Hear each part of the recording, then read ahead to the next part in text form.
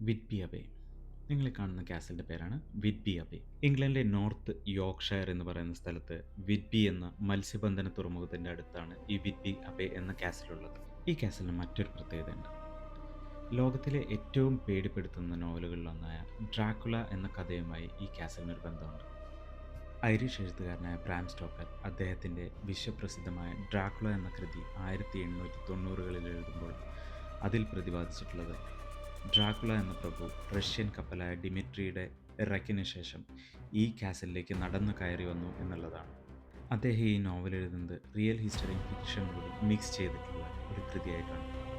ഒരു ശനിയാഴ്ച വൈകുന്നേരം ക്യാമ്പ് ചെയ്യാം എന്നുള്ള ഉദ്ദേശത്തോടു കൂടിയാണ് ഞങ്ങളിവിടെ എത്തിച്ചേർന്നത്. ഞങ്ങൾ എത്തിച്ചേരുമ്പോൾ ഏകദേശം സന്ധ്യയായിട്ടുണ്ടായിരുന്നു. അവിടെയൊക്കെ ചുറ്റിക്കറങ്ങിയ ശേഷം വിറ്റ്ബി സിറ്റിയിലൊക്കെ ഒന്ന് ചുറ്റിക്കറങ്ങിയ ശേഷം ഞങ്ങൾ തിരിച്ച് ക്യാമ്പിംഗ് സൈറ്റിലെത്തുമ്പോൾ സൂര്യൻ അസ്തമിച്ചുകൊണ്ടിരിക്കുകയും അസ്തമിക്കുന്ന സൂര്യൻ്റെ കിരണങ്ങൾ ഈ കാസലിൻ്റെ ഉള്ളിൽ കൂടെ ഇങ്ങനെ കടന്നു വരുമ്പോൾ അതിൽ ചെറിയൊരു ഭീകരത ഉണ്ടായിരുന്നു. ഈ കഥയും ആ ഒരു ആംബിയൻസും കൂടി കൂട്ടിച്ചേർത്ത് വായിക്കുമ്പോൾ വല്ലാത്തൊരു പേടി മനസ്സിൻ്റെ ഉള്ളിലുണ്ടായിരുന്നു. നിങ്ങൾക്കും കണ്ടേ വിറ്റ്ബി അബേ എന്നുള്ള കാസൽ. Thank you.